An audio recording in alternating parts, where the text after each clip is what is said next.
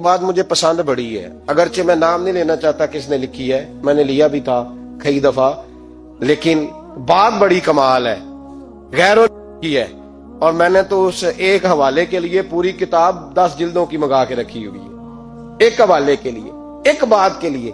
غوث اعظم کا دھوبی فوت ہو گیا۔ کون؟ پتہ نہیں آپ کو بھی اتنا ہی مزہ آ رہا ہے جتنا مجھے آ رہا ہے۔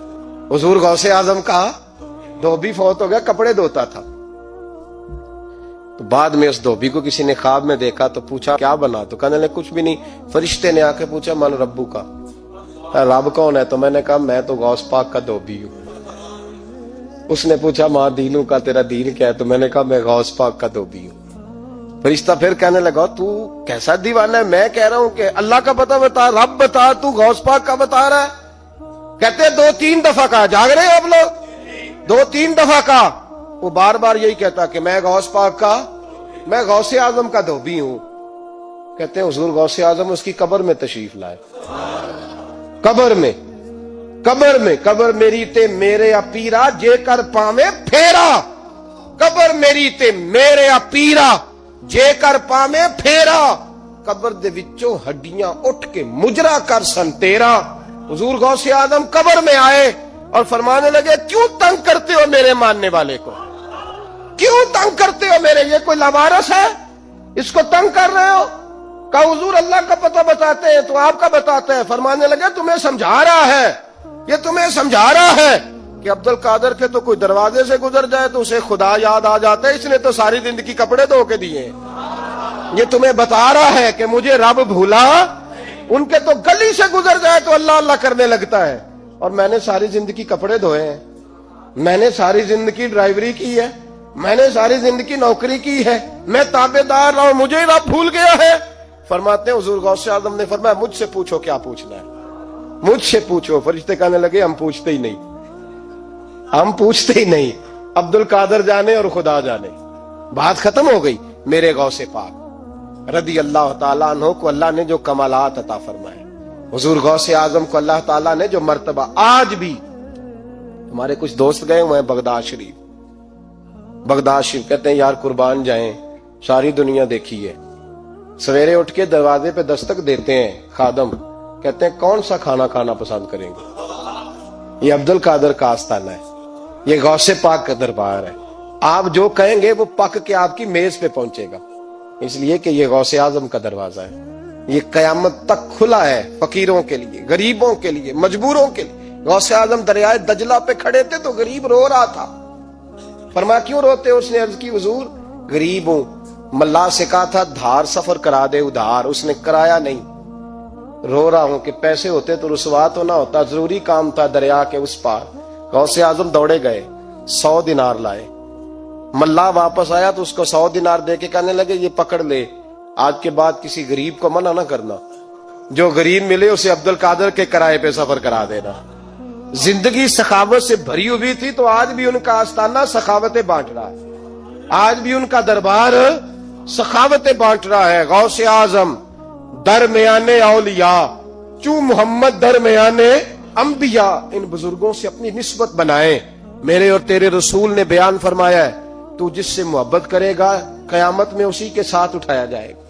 کھل کے پیار کر اللہ کے ولیوں سے، شرم کر کے نہیں، جھچک کے نہیں، تھوڑا کر لیا تو تھوڑا نہیں دیا، ہم ماننے والے ہیں، ان کی تعلیمات پہ چلنا چاہیے۔ او بھائی تعلیمات بڑی ضروری ہیں پر ان سے عشق کھل کے کرنا چاہیے، ان سے محبت کھل کے کرنی۔ اور وضاحت کر دوں، ہم یہاں ہیں وہ بغداد میں ہیں تو وضاحت کر دوں، ترغیب و ترہیب میں حضرت ابو ذر غفاری کی حدیث ہے، عرض کرنے لگے یا رسول اللہ صلی اللہ علیہ وسلم، ایک آدمی کسی قوم سے پیار کرتا ہے، ان سے ملا بھی نہیں، ان کی طرح کا بنا بھی نہیں، کوشش کی لیکن ویسا ہوا بھی نہیں، حضور اس کے لیے کیا حکم ہے؟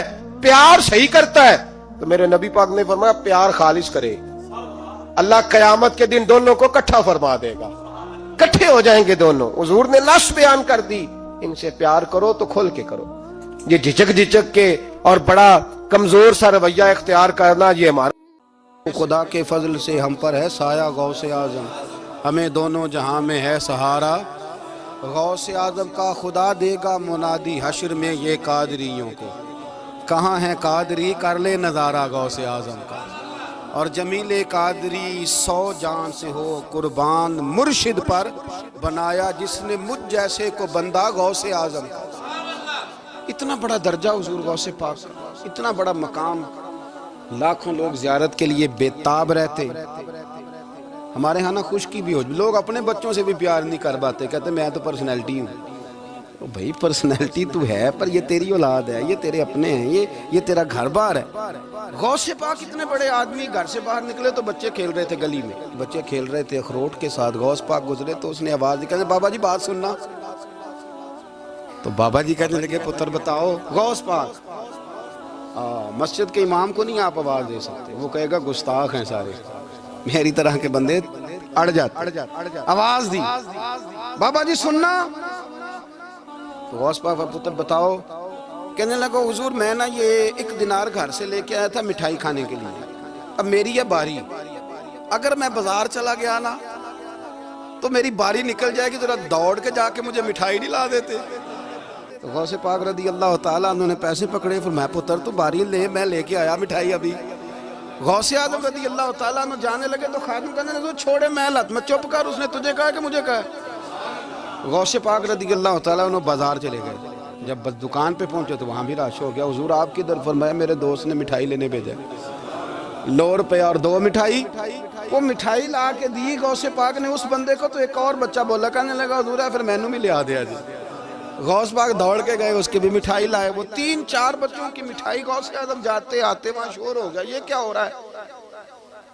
جس نے مزہ لینا اس نے لے ہی لینا، جس نے ذائقہ لینا اس نے ہر بات سے اس نے لے لینا ہے، جس کو لطف آتا ہے اسے آ ہی جاتا ہے۔ خادم کہنے لگا بغداد کے شیخ اب یہ کیا ہے؟ اب فرمانے لگے تجھے نہیں سمجھ آ رہی تو مجھے تو آ رہی ہے نا۔ اس نے کہا حضرت جی وہ کیا؟ فرمانے لگے سمجھ اس بات کو کہ سفید داڑھی والے بھی حاجتیں لے کے عبد القادر کے پاس آتے ہیں، اور 8-8 سال کے بچے بھی عبد القادر جیلانی کے پاس آتے ہیں۔ یہ سمجھ لے، سمجھ آ رہی ہے تو آ جائے، نہیں آتی تو نہ آئے۔ سفید داڑھی والا بھی ادھر ہی رجوع کرتا ہے اور 8 سال کا بچہ بھی۔ تو فرمایا مجھے تو مزہ آ رہا ہے اس بات کا، انہوں نے کسی اور کو تو آواز نہیں نہ دی، کسی اور کو انہیں سمجھ آئی کہ اگر ہمارا مسئلہ حل کرے گا تو عبد القادر جیلانی کرے گا۔ تو فرمایا مجھے تو اس کا بھی مزہ ہی آ رہا ہے، سرور ہی آ رہا ہے۔ 2 باتیں بات ختم کرتے ہوئے یاد رکھنا۔ حضور غوث پاک سے کسی نے کہا اتنا مرتبہ کیسے پایا؟ فرمایا درست العلم حتی صرت قطبہ، کچھ نہیں کیا، پہلے نبی پاک کا دین پڑھا ہے پھر پڑھایا ہے، اللہ نے مجھے کتب بنا دیا۔ اور لوگوں نے کہا حضرت صاحب یہ روحانیت یہ اندر کی یہ کیسے ملتی ہے؟ فرمایا 2 کام کرنا، اپنا اخلاق نہ کبھی بگڑنے دینا، اپنا اخلاق، سامنے والا کیا ہے وہ جانے، اس کا کام جانے، تم کیا ہو، تم نے اپنا اخلاق کبھی بگڑنے۔ اور دوسرا حضور غوث پاک رضی اللہ تعالیٰ عنہ فرمانے لگے اللہ سب سے زیادہ راضی اس وقت ہوتا ہے جب کوئی کسی بھوکے کو روٹی کھلاتا ہے۔ فرمایا میں نے ساری زندگی روٹی کھلائی ہے اور اللہ کو راضی کیا۔ اپنے اخلاق کو کبھی نہیں بگڑنے دیں، یہ غوث پاک کی تعلیم، کبھی نہیں بگڑنے دیں۔ ہماری زبانیں بڑی تلخ ہوتی جا رہی ہیں، ترش رویے، ہم نہ چونکہ زیادہ بولتے ہیں، دال لگانے کی کوشش کرتے ہیں، سامنے والے کو شیشے میں اتارنے کی کوشش کرتے ہیں تو کئی دفعہ غلط بات بھی کر دیتے ہیں۔ اخلاق اور چیز کا نام ہے، اپنے آپ کو سوار کے رکھیں اور کوشش کریں کہ چلیں جو ہے وہ گوشت ہفتے میں 1 دن ہو جائے تو باقی کا جو 4-5 دن کے ٹکے ہیں وہ کسی غریب کے گھر چلے جائیں تو اللہ اس پر بھی مدد فرماتا ہے۔ اپنی زندگی کے اندر انہوں نے جن لوگوں کو مرید کیا، جن لوگوں کو بیعت فرمایا، اعلیٰ حضرت کا طریقہ تھا جب کسی کو مرید کرتے تو کہتے تھے کیا میں مرید ہوتا ہوں غوث پاک کا، اس کا مرید ہوتا ہوں غوث اعظم کا۔ اور میاں شیر محمد شرک پوری رحمت اللہ علیہ فرماتے ہیں میں نے خواب دیکھی تو غوث اعظم کا دیدار ہوا، تو میں نے کہا حضور اگر آپ کے جلوے دیکھنے ہو تو کہاں ملیں گے؟ تو غوث پاک نے فرمایا بریلی میں مولانا احمد رضا کو دیکھ کے آؤ، وہ میرے نائب ہیں۔ اور حضرت امیر ملت پیر جماعت علی شاہ صاحب محدث علی پوری بھی فرماتے ہیں میں نے خواب دیکھا، غوث پاک کا دیدار ہوا، کہا حضور آپ کی زیارت کرنی ہو، آپ کا جلوہ اس وقت دیکھنا ہو تو کہاں دیکھوں؟ تو انہیں بھی غوث پاک نے فرمایا بریلی شریف چلے جاؤ، شاہ احمد رضا کا دیدار کر کے آؤ۔ یہ بعد میں کچھ لوگ آئے ہیں بیچارے، بعد میں ان کو نہ شعور ہے، کہتے ہیں وہ تو مولوی تھے، وہ تو مولوی تھے، درویش نہیں تھے۔ تو تم درویش ہو؟ سیدھی سورت فاتحہ پڑھنی نہیں آتی، 2-4 لفظ تمہیں کہا جائے دین کے بارے میں بتاؤ، اس پر تمہیں بالکل بھی ایسے غش آتا ہے جیسے کسی نشئی کو آتا ہے، اور بات کرتے ہو امام احمد رضا کے بارے میں۔ ڈرنا چاہیے اللہ تبارک و تعالی۔ اتنا بڑا شخص شیخ الاسلام خواجہ قمر الدین سیالوی رحمت اللہ علیہ فرمایا کرتے تھے، امام احمد رضا فاضل بریلوی کسی ایک سلسلے کے پیشوا نہیں ہے، وہ تو اہل سنت کے امام ہیں، جو سنی ہے اس کے وہ امام ہے، بات ختم ہو گئی۔ اعلیٰ حضرت فاضل بریلوی رحمت اللہ تعالی علیہ مرید جب تو کہا کہ میں مرید ہوتا ہوں، بولیے مرید ہوتا ہوں غوث پاک کا، میں مرید ہوتا ہوں غوث پاک کا، تو وہ شخص جو تھا نا، میں نے کہا نا کچھ عقل مند بھی مل جاتے ہیں جو لفظ پکڑتے ہیں، باتیں کرتے ہیں، کہنے لگا جی میں تو آپ کا مرید ہوتا ہوں۔ فرمایا نہیں تو کہہ میں غوث پاک کا ہوتا ہوں۔ کہا جی میں تو آپ کا ہوتا ہوں۔ کہتے سامنے بیٹھے تھے اتحیات کی حالت میں، اعلیٰ حضرت نے اللہ اکبر کہا، اللہ اکبر، اور زور سے جو ہاتھ مارا نا زمین پر تو وہ شخص بے ہوش ہو کے گر گیا، کپڑے اس نے پھاڑ لیے، حالت غیر ہو گئی، اٹھ کے چلے گئے نماز پڑھنے۔ واپس آئے تو کہنے لگا جی مہربانی کریں میں غوث پاک کا ہی مرید ہوتا ہوں، مہربانی کریں۔ لیکن سودا کھرا اس کو ملتا ہے جو ان دیکھے مان جائے، دیکھ داکھ کے ماننے والے کو کئی دفعہ صفر ہی اس کے کھاتے میں آتا ہے، زیرو ہی نمبر ملتے ہیں اس کو، دیکھ داکھ کے جو مانے۔ فرمایا تو کہہ رہا تھا میں آپ کا مرید، اب کیا ہوا؟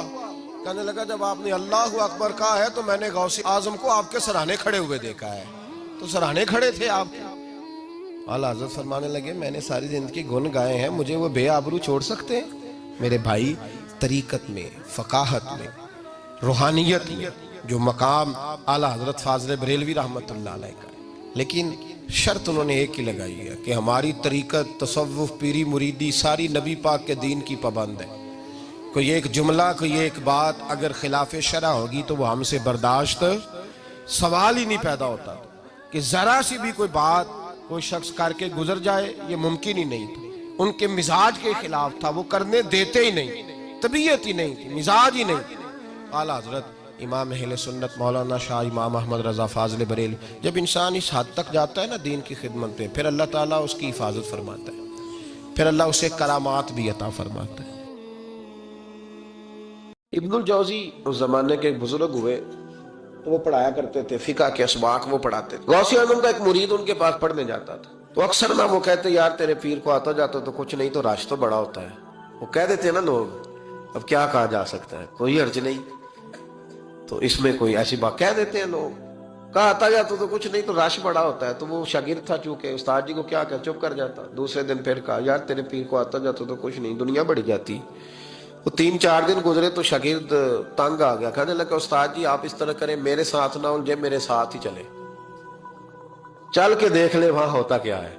کوئی آدمی چھوٹا اس وقت نظر آتا ہے جب اسے دور سے دیکھا جائے یا غرور سے دیکھا جائے، تو کہتے نہیں میں خود اتنا بڑا علامہ ہوں، میں کیوں جاؤں کہیں، میں نہیں جاتا۔ کہتے ہیں وہ پھر ایک دن کہنے لگے، تو میں نے کہا استاد جی یہاں چلے یا بات نہ کریں؟ کہنے لگے چل پھر چلتے۔ تو ابن الجوزی چلے، بڑا مشکل ہوتا ہے، انا کے بڑے بت ہوتے ہیں، یہ توڑنے بڑے مشکل ہوتے ہیں۔ جب آئے نا محفل میں تو اوپر چادر اوڑھ کے آئے، چہرہ چھپا کے آئے، کوئی دیکھے نہ کہ مولوی صاحب بھی کہیں جا رہے ہیں۔ ہاں میں نے دیکھا ہے، ساری زندگی چودھری صاحب کی، سیٹھ صاحب کی، علامہ صاحب کی، پڑھے لکھے آدمی کی اصلاح نہیں ہو پاتی۔ کیوں؟ کسی کے سامنے جا کے عاجزی سے بیٹھ نہیں سکتا، وہ کہیں سے اپنے حصے کا فیض لے نہیں پاتا، بہت بڑا ہوتا ہے نا، تو بیچارہ رہ جاتا ہے۔ اس اقبال نے کہا تھا اگرچہ بت ہے جماعت کی آستین پر مجھے حکم اذاں لا الہ الا اللہ، نہیں بیچارے رہ جاتے۔ تو آ گئے، وہ شاگرد بھی ساتھ تھا۔ اب حضرت غوث اعظم کی محفل میں بیٹھے، غوث اعظم کی محفل میں تقریر کا یہ انداز ہوتا تھا کہ وہ ایک قاری صاحب جو مرضی آیت پڑھ دیتے تو غوث اعظم تشریح کرنی شروع کر دیتے۔ تو قاری صاحب نے تلاوت کی تو غوث اعظم آیتوں کی تفسیر بیان کرنے لگے، آیت کی تفسیر بیان کی تو شاگرد نے، استاد جی چھپے ہوئے تھے تو ان کی طرف دیکھا تو کہنے لگے یہ تو مجھے بھی آتی ہے۔ دوسری تفسیر بیان کی تو کہنے لگے یہ بھی مجھے آتی ہے۔ تیسری کی تو میں نے کہا یہ بھی۔ 11 تفسیریں کی تو میں نے کہا آتی ہے۔ جب 12ویں آئی نا تو میری آنکھیں کھل گئی، 13ویں آئی تو بس پھر نظر اٹھ گئی، 14ویں آئی تو شاگرد کہنے لگا استاد جی اس کے بارے میں نے کہا چپ کر، بیچ میں بولنا، سننے دے، سننے دے حضرت کیا فرماتے ہیں۔ اسے چپ کرا دیا۔ کہتے ہیں 40 تفسیریں حضرت نے بیان کی. پھر وہ سر سے دوپٹہ اور وہ کپڑا کب سرکا سمجھ نہیں آئی, کب میرا چہرہ خود بخود کھل گیا کوئی سمجھ نہ آئی, اتر گیا سارا کچھ. فرماتے 40 تفسیریں ایک آیت کی بیان کر کے غوث پاک کہنے لگے بس سننا ذرا جملہ سننا. فرمانے لگے بس بھائی اب کال ختم, اب حال کی طرف آتے ہیں. اب کال ختم, ظاہری باتیں ختم, اب آؤ حال کی طرف. تو ابن الجوزی کہتے ہیں میں سنجیدہ آدمی تھا پر اللہ اکبر کہا تو میرا کرتا پھٹ گیا, پگڑی گر گئی. میں غوث اعظم کے قدموں میں لگا, میں نے کہا بابا آج اتنا ہی, آگے نہیں جانا ورنہ کلیجہ پھٹ جائے گا, آگے نہیں جانا ورنہ بکھر جائے گی ہر چیز. کہو تو راز حیات کہہ دوں, حقیقت کائنات کہہ دوں, وہ بات کہہ دوں جو پتھروں کے دلوں کو بھی پاش پاش کر دے, صداقت بے حجاب کر دے, حقیقت آشکار کر دے. ہر ایک ذرہ یہ کہہ رہا ہے اور مجھے آفتاب کر دے, کہوں آگے بات؟ تو کہا نہیں آگے نہ بولنا ورنہ کلیجہ پھٹ جائے گا. حضرت یحییٰ بن نجاح کہتے ہیں میں غوث پاک کی محفل میں گیا تھا اور ایک دھاگا لے گیا تھا. آج میں نے گننا ہے کتنے بندے توبہ کرتے ہیں. ہماری مجلسوں میں نوٹ گنے جاتے ہیں, وہاں کا گنا جا رہا ہے, گننا ہے آج کتنے لوگ توبہ کرتے ہیں. تو کہتے ہیں غوث اعظم تقریر ختم کرتے تھے تو 15 لوگ وہاں سے کھڑے ہوتے تھے, حضور ڈاکو تھے, ظالم تھے, آج کے بعد توبہ کرتے ہیں, غریبوں کا مال بھی واپس کریں گے اور محنت کر کے کمایا کریں گے. 50 وہاں سے کھڑے ہوتے, حضور شرابیں پی, بدکاریاں کی, آج کے بعد کھری توبہ کرتے ہیں. 10 وہاں سے, 20 وہاں سے. اس نے توبہ کی تو میں نے ایک گرہ دے لی, گنڈ ایک گرہ میں نے لگا دی, گانٹھ ڈال دی. دوسرا اٹھا تو میں نے ایک اور دے دی, تیسرا اٹھا تو اور دے دی. آج میں نا گرے لگاتا جاتا ہوں, آخر میں دیکھوں گا کتنے بندے کتنی گرے بنتی ہیں. کہتے ہیں 1-1 2-2 توبہ کر رہے تھے تو گرہ لگ رہی تھی, 15-15 کٹھے اٹھنے لگ گئے. اب میں کیسے گرے لگاؤں؟ پھر 50-50 اٹھنے لگے. کبھی میں غوث اعظم کی طرف دیکھتا, کبھی بندے گنتا, کبھی گرے دیکھتا. جب میں الجھ گیا نا تو حضور غوث اعظم نے تقریر کرتے کرتے میری طرف دیکھا اور دیکھ کے مسکرائے, کہنے لگے یحییٰ میں دلوں کی گرے کھولتا جا رہا ہوں, تو لگاتا جا رہا ہے. میں تو گرے کھول رہا ہوں اور تو لگا رہا ہے. پھر فرمانے لگے یہ میری وجہ سے توبہ نہیں کر رہے, میں کون ہوتا ہوں, یہ تو خدا کے فضل سے توبہ کر رہے ہیں. اور فرمایا یحییٰ تو بچا, اللہ کا فضل گن سکتا ہے, تو اس کا کرم گن سکتا ہے. یہ کرم برس رہا ہے لوگوں پہ, یہ کرم برس رہا ہے, یہ اس کی رحمت ہے ساری. اور اللہ کی رحمت گنی جا سکتی, شمار کی جا سکتی, کسی جگہ قید کی جا سکتی, یہ کرم ہے اللہ کا, تو کیسے گن سکتا ہے؟ ہٹ جا. شیخ یحییٰ کہتے ہیں میں اٹھ کے قریب گیا, میں نے کہا حضرت جی مجھے بھی قبول کر لیں, یہی رکھ لیں. حضرت غوث پاک رضی اللہ تعالیٰ عنہ کو اللہ نے بڑے اعزازات سے نوازا. ایک اعزاز اللہ نے یہ دیا کہ ماں کی طرف سے حسینی ہے, باپ کی طرف سے حسنی سید. نانا بھی اللہ کے ولی, دادا بھی اللہ کے ولی, پھوپھی بھی اللہ کی بہت بڑی ولی ہے, بہت بڑی ولی. والد گرامی, آپ نے وہ سیب والا واقعہ تو بڑا ہی سنا ہوا ہے, اس طرف تو میں نہیں جاتا. ماں بھی اللہ کی بہت بڑی ولی ہے. یہ اللہ نا اسباب بناتا ہے, خود ماحول بناتا ہے. آپ کے جو والد گرامی تھے ان کا نام تھا ابو صالح سید موسیٰ جنگی دوست رحمت اللہ علیہ. بادشاہ کے کچھ سپاہی تھے جو مٹکے اٹھا کے جا رہے تھے, اور مٹکے تھے شراب کے بھرے ہوئے, مٹکے اٹھا کے جا رہے تھے. حضرت سید محمد موسیٰ جنگی دوست رحمت اللہ علیہ بھی قریب سے گزرے. یہ کیا ہے بھائی؟ بدبو سے سمجھ تو گئے, تصدیق کے لیے پوچھا کیا ہے؟ انہوں نے کہا جناب یہ بادشاہ کا سامان لے کے جا رہے ہیں. آپ تو جھنڈے والی گاڑی کو ویسے نہیں نہ پوچھ سکتے, سوال ہی نہیں پیدا ہوتا. آپ چونکہ جمہوری لوگ ہیں, آپ نے تو بس دفتر بنانا ہے, جب الیکشن ہوگا نا اپنے دروازے کے سامنے سارے محلے سے لڑائی لینی ہے کہ ووٹ میرے آکے دیں. پھر ٹھیک 1.5 مہینے کے بعد سجدہ صاف بھی کر جاتے ہیں, بندہ غلط سی میں نے پتہ ہی نہیں لگا. تو یہ پہلے سوچنا تو تھوڑا سا صحیح, بلا وجہ الیکشن تو روز کبھی کبھی آئے گا, تو ہم نے ایک جگہ تو روز رہنا, ایک دوسروں سے جھگڑے کرنا اور معاذ اللہ تعالیٰ غیبتیں کرنا, عزتیں اچھالنا, یہ مسلمان کا شیوا نہیں ہے. حضرت غوث پاک کے والد نے پوچھا کیا لے کے جا رہے؟ بادشاہ کا سامان ہے جی. ہاتھ میں ڈنڈا تھا, 3 مٹکے تھے شراب کے بھرے ہوئے.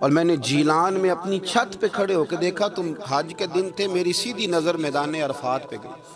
لوگ میدان عرفات میں بیٹھ کے لبیک لبیک پڑھ رہے تھے۔ پہلے میں وہاں سے ڈر کے آیا، پھر چھت سے ڈر کے نیچے اترا، ماں کو ساری بات بتائی تو کہتی میری ماں کہنے لگی بیٹے جب تو پیدا ہونے والا تھا تو مجھے بڑی بشارتیں ملتی۔